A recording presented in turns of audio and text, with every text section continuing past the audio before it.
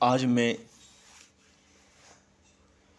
भगवान श्री कृष्ण और उनके परम मित्र सुदामा जी का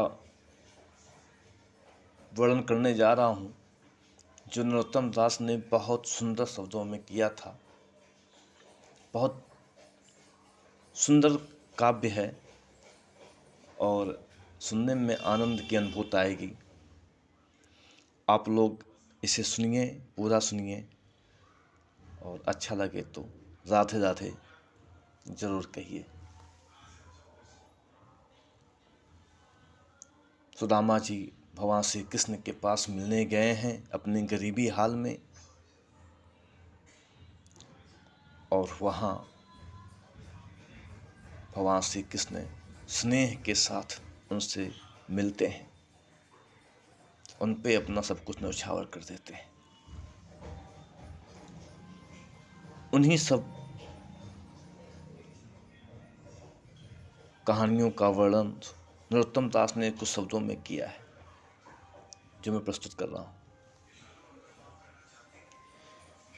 शीश पगाना झगा तन में, प्रभु जाने को आहे, बसे कहीं ग्रामा, धोती फटी सी लटी दुपट्टी, अरुपाए उपा नहीं को नहीं सामा, द्वार खड़ो द्विजे दुर्बल एके, रहो चकिशो वसुधा भिरामा, पूछत दीन दयाल को धाम, बतावत आपनो नाम सुदामा। ऐसे वे हाले विवाई ने सो, पगे कंटक के जाले लगे पुनि जोए, हाय महादुखे पायो सखा तुम्हें, आए इते ना कीते दिन खोए, देखी सुदामा की तीन दशा, करुणा करी के करुणा निधे रोए, पानी पराते को हाथ छुयो नहीं, नैनन के जले सो पगे धोए, कुछ भाभी हमको दियो सो तुम काहे ना देत, चाप पोटरी काख में रहे कहो कहीं है, आगे चना गुरु माते दयते, ले तुम्हें चापी हमें नहीं दीने,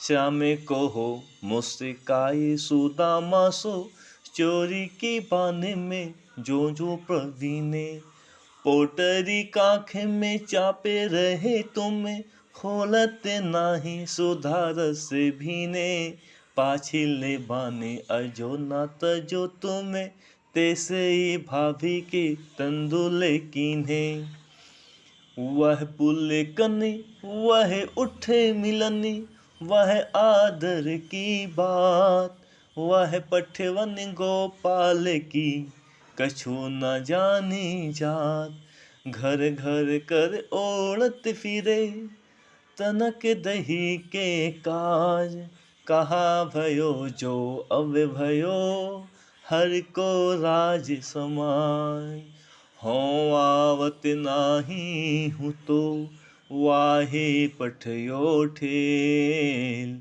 अब कहियो समुझाई के बहु धन धर हूँ सकेल, वे सोई राज समाज बने गज बाजे घने मने संभ के छायो, कैधो पर्यो कहूँ मार्गे भूले की, फेरी के मैं अबे द्वारिका आयो, भोने बिलो के बेको मने लोचत, सोचते ही सबे गाँव मझायो, पूछते पाड़े फिरे सब सो, परे झोपड़ी को कछु खोजे न पायो, केवा टूटी सी छानी हती, कहे कंचन के अबे धामे सुहावत, के पग में पन ही नहाती, कह ले गजे राजहूँ ठाढ़े महावत।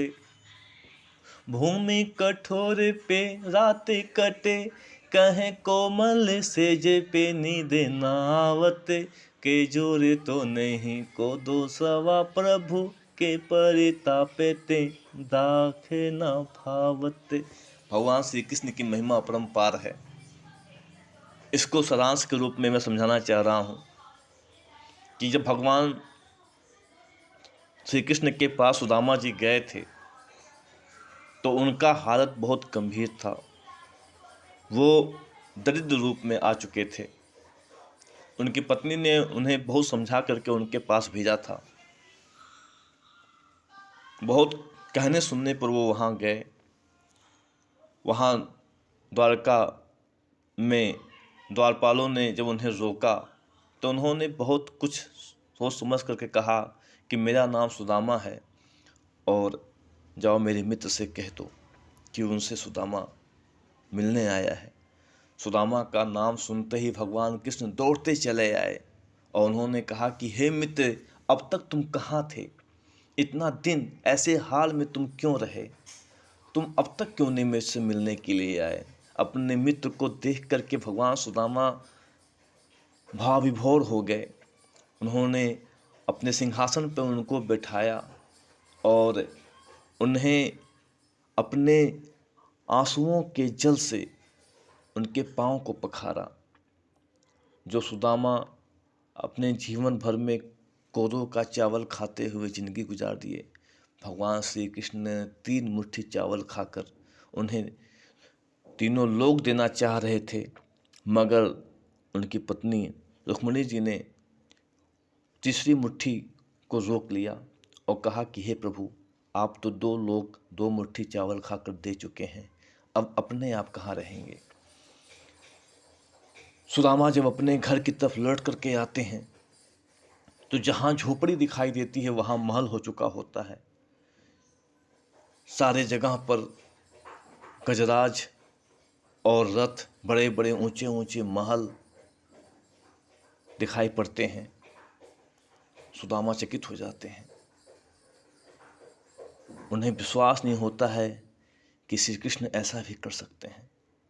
वो कृष्ण सब पर करुणामयी हैं, वो करुणा के सागर हैं। ऐसे श्री कृष्ण को बारंबार प्रणाम, कोटि कोटि प्रणाम। वो हम सबका भला करें, सभी लोगों का भला करें। प्रेम से बोलिए जय श्री कृष्ण, राधे राधे। फिर मिलेंगे हम अपने नए वीडियो में। तब तक के लिए नमस्कार।